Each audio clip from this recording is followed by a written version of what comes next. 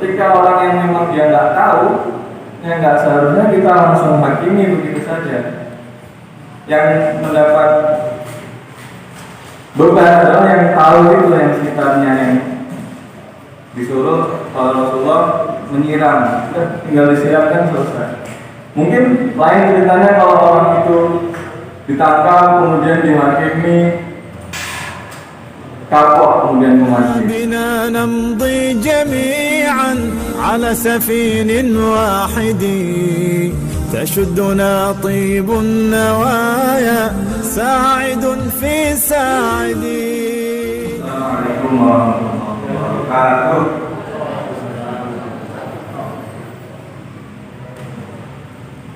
Alhamdulillah.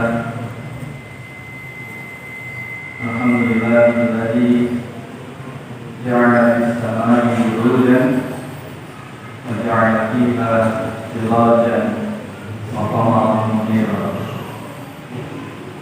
Wa huwa alladzi ja'ala al-laila wan-nahara khilfatan liman arada an yadhakkara wa arada syukura. Alhamdulillahilladzi an'amana bi ni'matil iman wal islam. Alhamdulillahilladzi arsala rasulahu bil huda wa dinil haqq liyudhhirahu 'ala dini kullih wa kafa billahi shahida. Alhamdulillahilladzi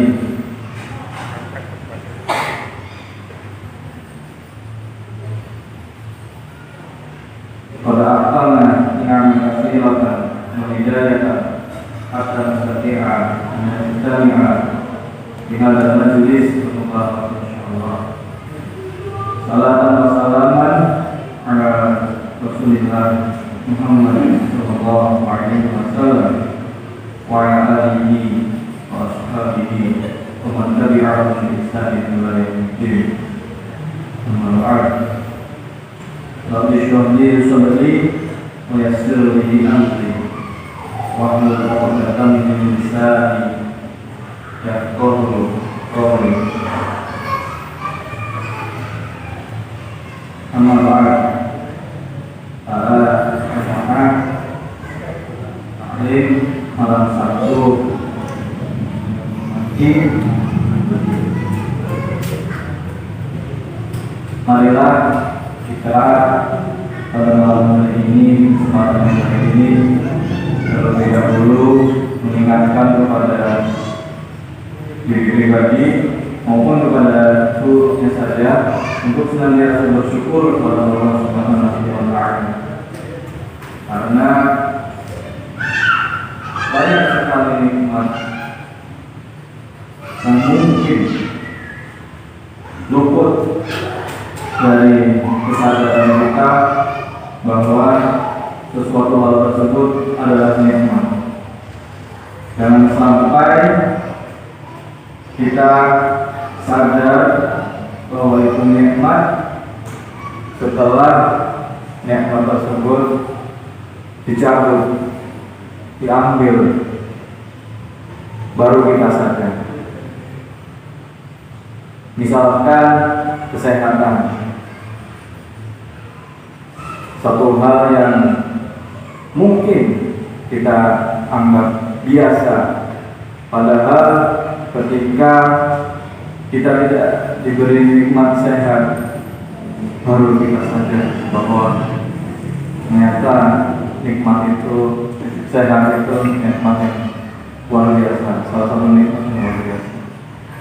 Dan tentu nikmat-nikmat yang lain yang tidak mungkin kami sebutkan satu persatu pada malam hari ini. Itu yang harus kita syukuri.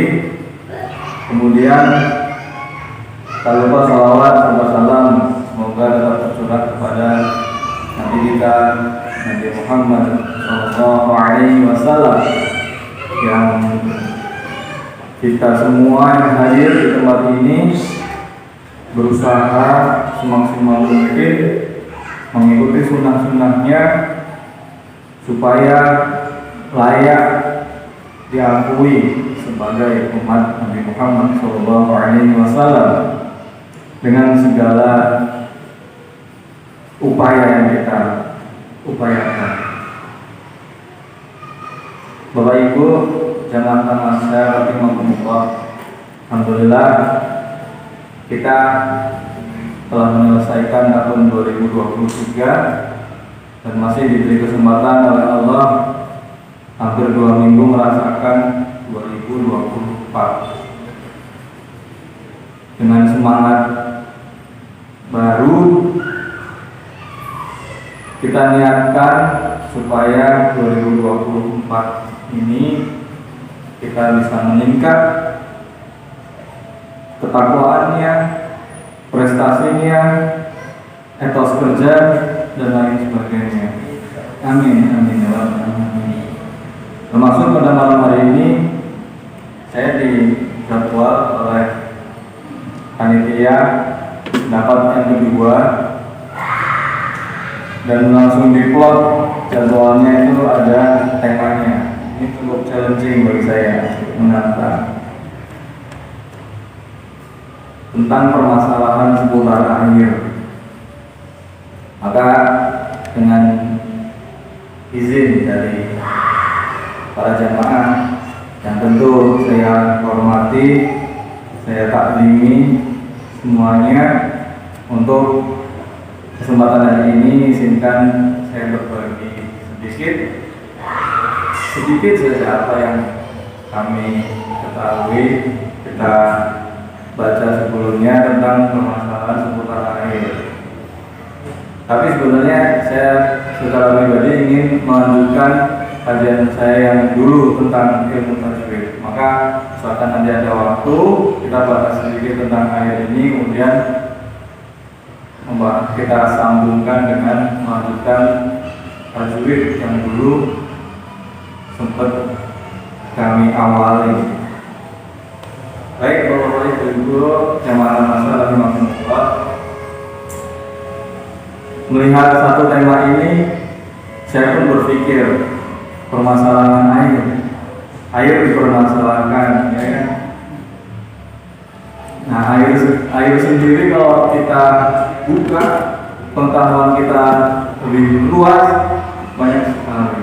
Selain air yang kita konsumsi untuk mandi, untuk minum, dan lain sebagainya, tubuh kita sendiri juga sebagian besar terdiri dari air.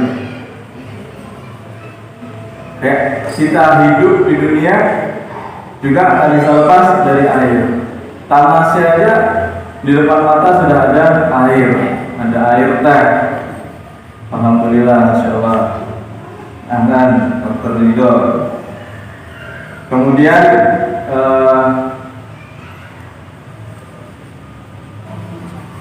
maka saya akan kerucutkan atau pembahasan kita pada malam hari ini.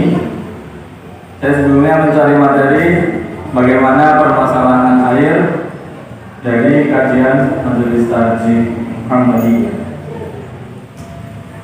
Tentu permasalahan air ini akan banyak sekali. Air yang kita semua paham bahwa air itu kita butuhkan dalam jumlah dan takaran yang tertentu, yang kita ambil sesuai kebutuhan kita. Tapi manakala air itu berlebih, banyak sekali, bahkan di luar kemampuan kita memanfaatkan, itu jadi masalah. Ketika tidak ada air sama sekali pun, itu juga jadi masalah. Nah, maka yang dimaksud permasalahan di sini seperti apa? Maka kita akan sama-sama bahas. Banyak sekali kajian-kajian tentang permasalahan air. Setidaknya ada 4. Aksesnya terbatas, kualitas yang buruk, perubahan iklim, kurangnya investasi dan pengelolaan yang efisien. Itu membuat kita mempermasalahkan tentang air. Air itu menjadi masalah. Bahkan di setiap kita sholat ya, kita pun juga memohon kepada Allah, Allahumma ba'id baini wa baina khataaya kama ba'adta bainal masyriqi wal maghrib. Kemudian Allahumma naqqini min khataaya kama yunqqa thawbul abyad minan danas. Allahumma ighsil, ya kan, Allahumma ighsilni min khataaya bil ma'i was-salji wal barad. Dengan air juga kita mohon kepada Allah supaya kita ini dibersihkan, dicuci kesalahan-kesalahan kita, sebagaimana baju ya, yang dari putih kemudian dengan segala dinamikanya jadi kotor kemudian dicuci, ibaratnya seperti itu. Kita mohon dibersihkan dengan air. Gitu. Maka bapak-bapak, ibu-ibu yang saya hormati, sejenak kita ada setidaknya 13 pertanyaan yang dirangkum di websitenya Majelis Tabligh tentang permasalahan air. Yang pertama, air yang telah dipakai bersuci dapat digunakan lagi untuk bersuci. Ini dari fatwa agama dari Suara Muhammadiyah nomor 1 tahun ke-89, yaitu Januari 2004, beberapa tahun yang lalu. Apakah yang dimaksud adalah air bekas bersuci itu dimasukkan lagi ke dalam tempat air itu lalu boleh digunakan lagi untuk bersuci, atau maksudnya adalah air sisa bersuci boleh nggak digunakan untuk bersuci? Dasar dari pendapat tersebut adalah hadis yang diriwayatkan oleh Bukhari, Abu Dawud, An-Nasa'i, Malik dan Ahmad. Hadis tersebut telah dimuat dalam majalah Suara Muhammadiyah yang kurang lebih bunyinya, An Abi Sa'id Al-Khudri qala qila ya Rasulullah antawadda min bi'rin bid'atan faqala Rasulullah sallallahu alaihi wasallam al-ma'u tahurun la yunajjisuhu syai'un. Rawahu Ahmad, Abu Dawud dan lain sebagainya. Artinya Rasulullah pernah bersabda dan beliau pernah ditanya, ya Rasulullah, bolehkah kita berwudu dari telaga Budoa? Maka Nabi menjawab, air itu suci bagi mensucikan, tidak ada yang akan membuatnya najis. Diriwayatkan bahwa telaga Budoa itu panjangnya kurang lebih 6 hasta atau 3,5 meter. Artinya kalau kita masuk di situ tenggelam ya, 3,5 meter. Pada saat itu air paling banyak di dalamnya sampai ke pinggang, dan pada saat airnya sedikit sampai ke lutut. Di telaga itu para sahabat wudhu dan mandi. Tentu saja yang wudhu di telaga seperti itu, air bekas wudhu dan bekas mandi itu kembali atau tetap berada di dalam telaga, sehingga air telaga itu berubah warnanya. Rasulullah membolehkan para sahabat berwudu dan mandi di tempat itu. Dari kedua hadis di atas sebenarnya dapat kita pahami betapa cinta dan kasih sayangnya Rasulullah SAW kepada umatnya, terutama bagi mereka yang bertempat tinggal di daerah yang sukar mendapatkan air. Demak itu termasuk sukar ya, bahkan sampai masyhur ya istilah Laison dodok sama Demak. Katanya orang-orang kalau orang luar kalau mendengar kata Demak yang terbesit seperti itu katanya. Padahal kita di Demak juga nggak seburuk itu ya Pak. Maka itu bahwa poin yang kita ambil adalah Rasulullah tidak menginginkan atau menyulitkan hambanya dalam beribadah, khususnya bertoharoh. Mungkin waktu itu case-nya memang hanya ada tempat wudhu yang ditanyakan gitu. Tentu kalau pertanyaannya sekarang akan lebih kompleks, kita sudah dibekali ilmu pengetahuan yang sangat luas, maju, ya kan, modern, bahkan bisa mengelola air yang kotor jadi air yang bersih, bahkan layak minum. Berdasarkan keterangan di atas, Majelis Tarjih dan Pengembangan Pemikiran Islam berpendapat bahwa sebaiknya kita berwudu di air yang suci. Namun jika tidak memperolehnya, oke lah, kita dapat berwudu dengan air yang mustakmal. Tentu mustakmal itu nanti ada catatannya. Nah, nanti kita baca lagi bawahnya. Yang kedua, pertanyaannya adalah air yang bercampur dengan benda suci boleh digunakan bersuci. Bagaimana kalau benda sucinya banyak?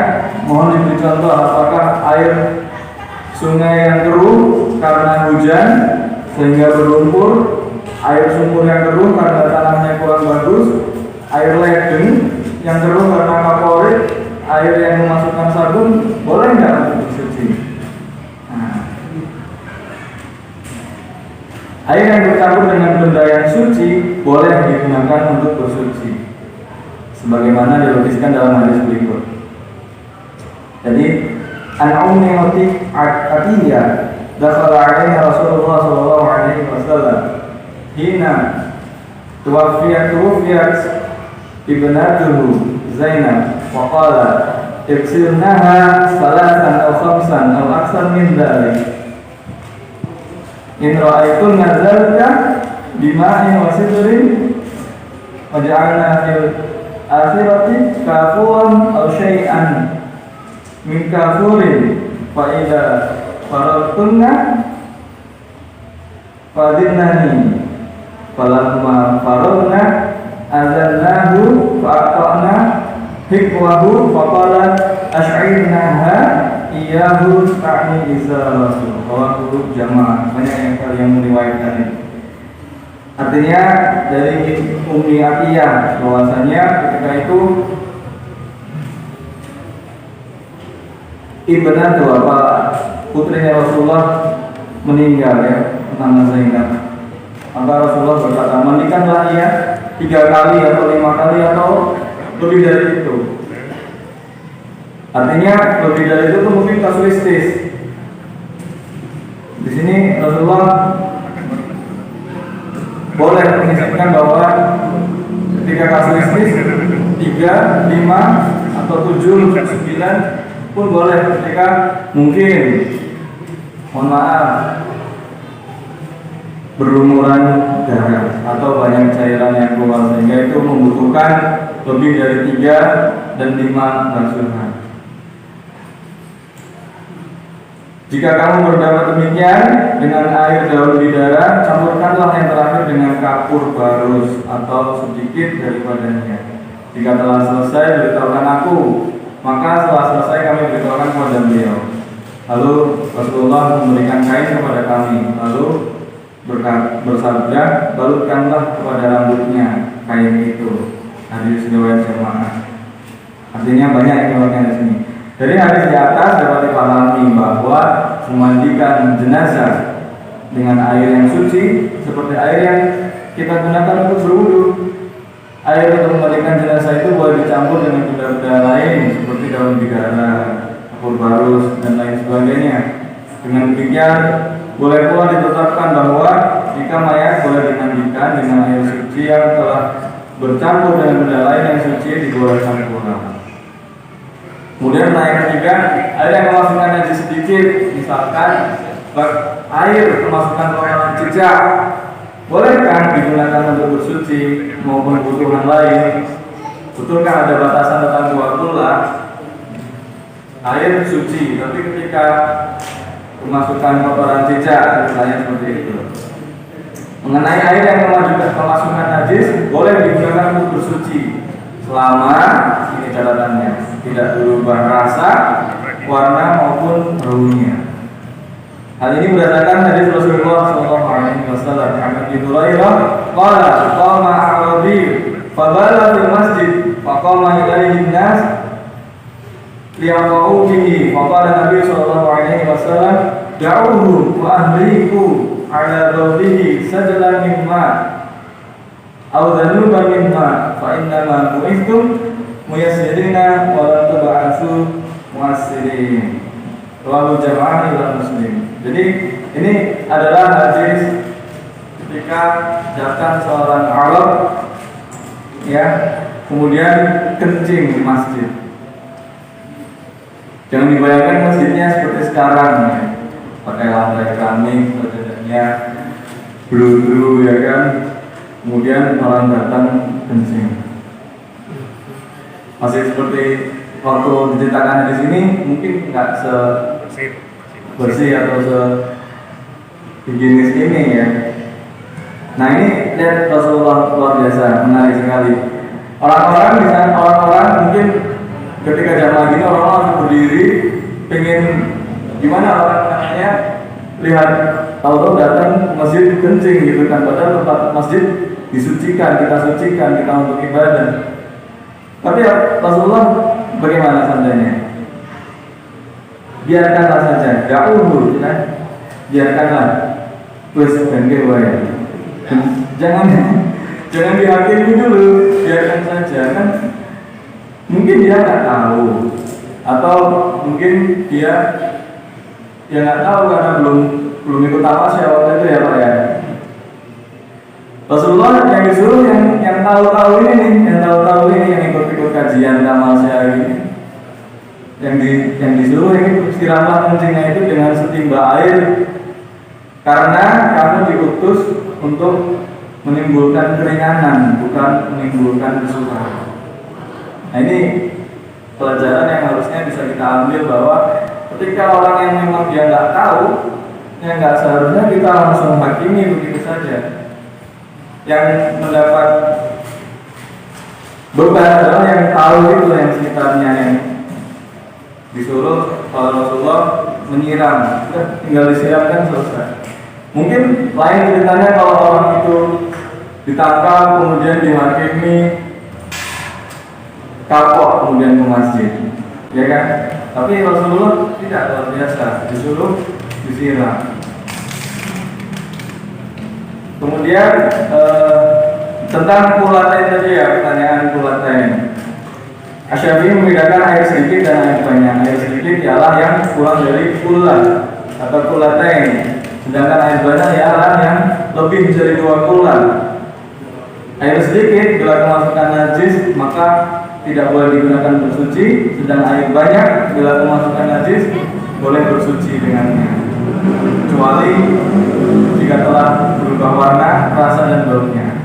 Alhamdulillah di Umar qala Rasulullah sallallahu alaihi wasallam, "Idza kana al-ma'u qullatain lam yahmil khabatha wa fi lam yanjas atau wa fi lam yanjus." Akhrajahu al-arba'ah. Diriwayatkan dari Abdullah bin Umar, Rasulullah bersabda, apabila air itu 2 kulah tidak mengandung najis, pada suatu lafal berbunyi tidak bernajis. Nah, Majelis Tarjih dan Pengembangan Pemikiran Islam mendapat dengan Imam Malik, yaitu tidak menggunakan hadis 2 kulah sebagai dasar hujjah. Keempat,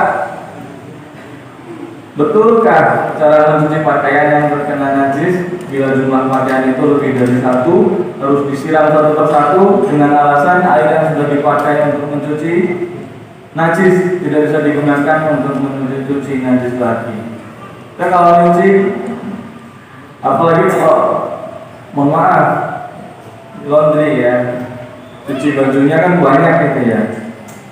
Apakah harus satu persatu diguyur, kemudian airnya dibuang satu diguyur? Ini pertanyaan seperti itu. Jawabannya adalah air yang telah digunakan untuk mencuci najis masih boleh digunakan untuk mencuci najis selama air tersebut masih memenuhi syarat-syarat sebagai air yang suci wajib mensucikan. Keharusan mencuci seluruh pakaian adalah karena yang empunya pakaian yang tidak pakai tidak mengetahui dengan pasti pakaian mana yang najis, pakaian mana yang tidak najis. Tapi jika mengetahui secara jelas mana yang najis dan mana yang tidak, tentu harus dicuci dengan membedakan mana yang najis dan mana yang tidak. Masih ada 13, tapi waktunya sudah hampir isya. Maka seperti mukadimah saya di awal, saya ingin melanjutkan ilmu tajwid yang waktu itu sempat saya bahas sedikit, karena menurut saya ilmu tajwid ini salah satu disiplin ilmu yang sangat penting, yang sangat basic untuk memecahkan masalah-masalah fiqhiyah seperti ini, kontemporer seperti ini.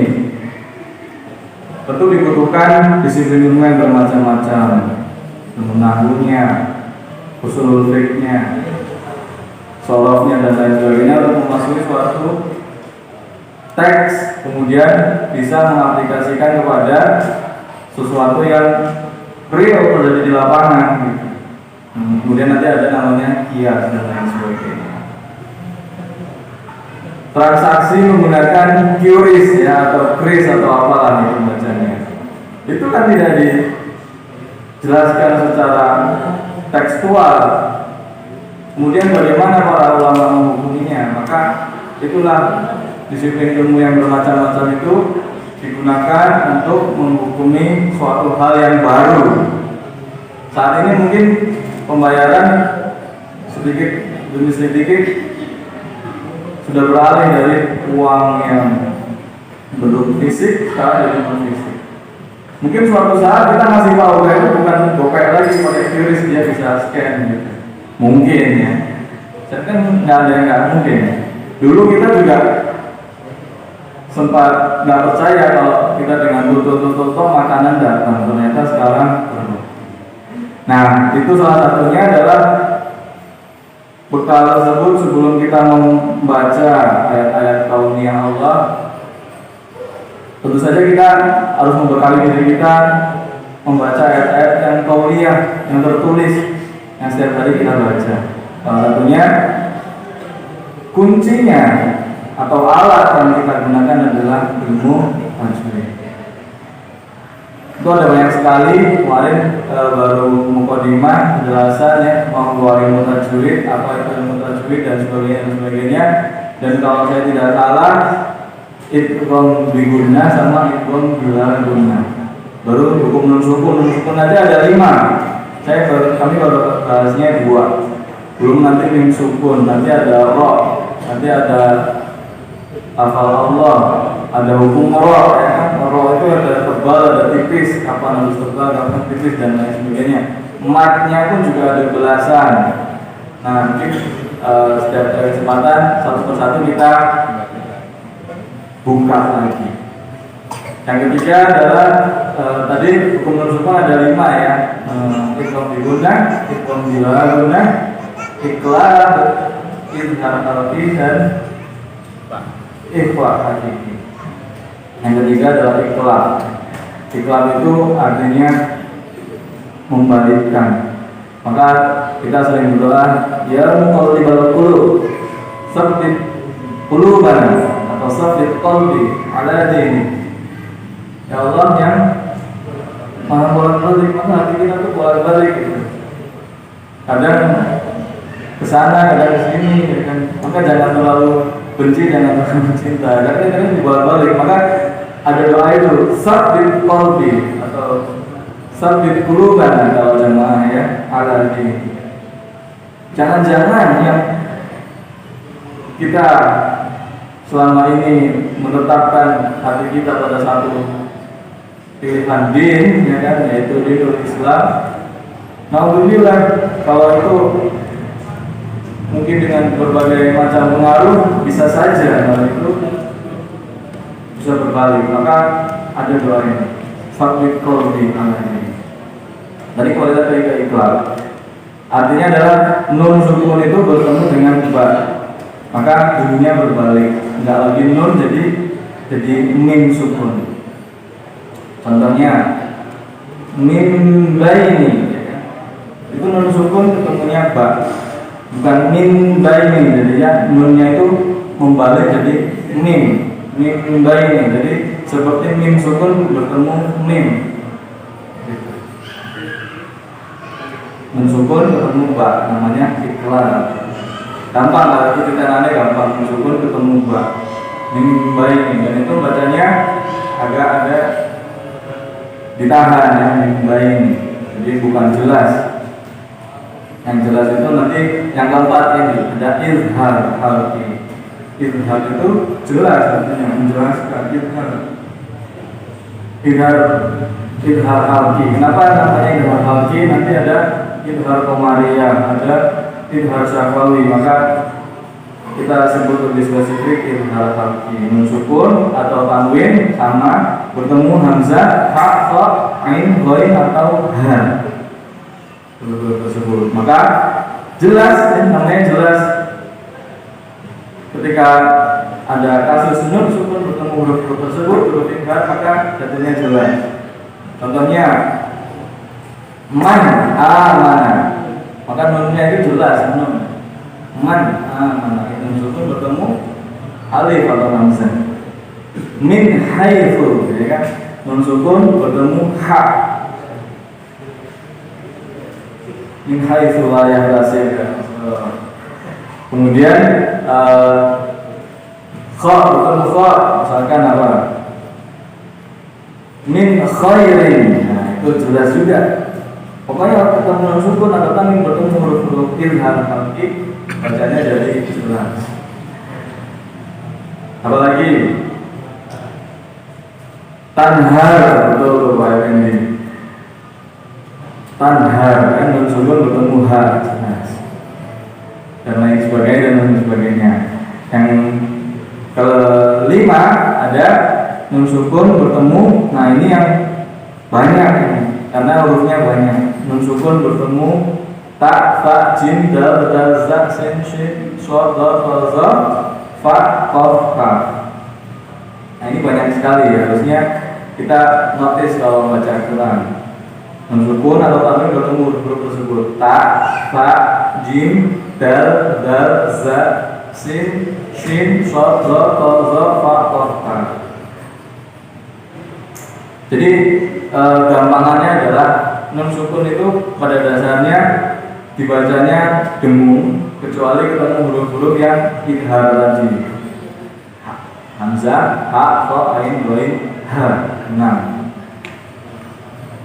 Jadi gampangannya gitu. Nanti nun sukun kebalikannya, min tahtiha misalnya, nun sukun bertemu ta itu. Terus min sulalatin min nar, itu nun sukun bertemu sin, itu dengung juga, min tahtiha. Kemudian apalagi Pak, insyaallah, ya kan. Saya pernah bertanya kepada murid-murid saya itu, insyaallah satu hal yang sering kita ucapkan, tapi saya minta tulis Arabnya. Ternyata masih banyak yang belum bisa ya. Insyaallah. Gimana tulisannya Pak kira-kira insyaallah? Bahkan ada yang sampai berdebat itu tentang tulisan pakai SY Pak, SH. Oh, SH itu sarjana hukum ya maksudnya. SY. Bahkan maksud saya begini, itu tuh kalau hanya seperti itu nggak perlu dimasalahkan. Yang prinsip adalah yang Arabnya itu loh, insya Allah gitu misalnya. Ada yang insya Allah yang mengartikan insya itu yang memang membuat terus Allah, artinya membuat Allah. Ada yang seperti itu memahaminya ternyata. Dan itu terjadi itu di sekitar kita gitu loh. Makanya kalau ini sebagai salah satu responsibility kita ya, yang insya Allah itu in, 3 kata ya, in 1, sya'a kata kedua, kemudian Allah kata ketiga. In itu jika, sya'a menghendaki, Allah jika Allah menghendaki. Maka kalau kita mengucapkan sesuatu jangan sampai pasti ini hati-hati. Saya pasti 6 bulan lagi atau saya pasti bulan depan berangkat umroh misalnya. Ternyata udah tiket udah ada, visa udah ada, udah sampai bandara. Ada pengumuman dari kerajaan Saudi ditutup karena COVID. nggak jadi ulang lagi. Padahal udah pasti gitu. Maka usahakan setiap sesuatu hal yang future ya, yang masa depan kita ucapkan insya Allah. Karena kita nggak tahu 1 menit ke depan apa yang terjadi. Apalagi hari-hari ke depan, bulan-bulan ke depan, maka kita ucapkan insya Allah saya akan melakukan umrah bareng Pak Suryono Ramadan misalkan. Insya Allah kita semua berangkat haji. Sesuatu yang kita rencanakan kita ucapkan insya Allah. Jangan sampai kita lancang bilang pasti. Nah, itu yang selanjutnya adalah saya waktu Pak ya. Sedikit ya. Mim sukun ini kadang pasangan kalau disampaikan di lain kesempatan nanti kabur. Mim sukun ini sifatnya ada kebalikan seperti non sukun. Secara umum dibaca jelas kecuali ketemu mim dan ba. Ya, itu kaidah dasarnya seperti itu. Ada idgham syafawi, kemudian ikhfa syafawi dan idhar syafawi. Itu kalau mau kita breakdown lagi ya. Idgham syafawi atau ada yang bilang idgham mimi, ada yang bilang idgham misli. Mim sukun ketemu mim, jadi ditahan misalkan. Lahum ma yattaquna. Kemudian yang selanjutnya itu ikhfa syafawi ya. Ikhfa tadi sama seperti nun, di nun juga ada ikhfa, tapi ikhfa hakiki yang di sini ikhfa syafawi. Ketika mim sukun ketemu ba, ini juga bingung ya. Innahum bidzalika. Mim sukun ketemu ba. Nah, terus yang secara umum yang banyak itu mim sukun bertemu selain mim dan ba itu jelas.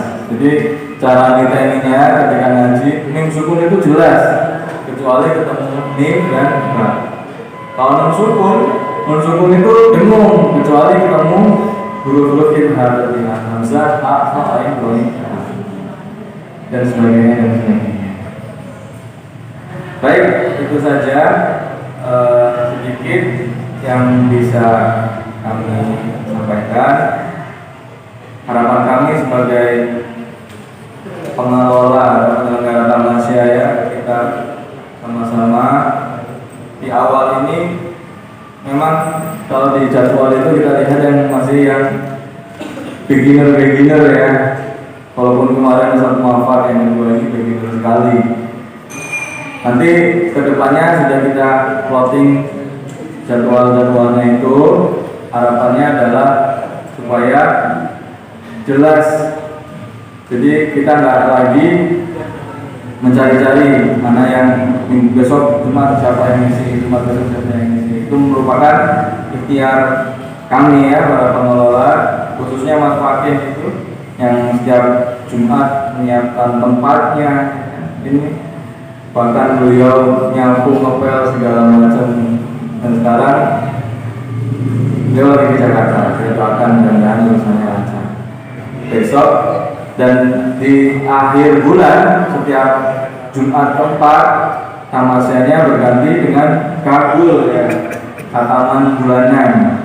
Jadi kalau Jumat itu mungkin kita dikasih 4 setiap bulan, ada yang 5. Jumat yang terakhir ini kita upayakan kita mixkan untuk khataman. Jadi selain kita kajian seperti ini mendengarkan ya kan, sambil ngantuk-ngantuk enak ya.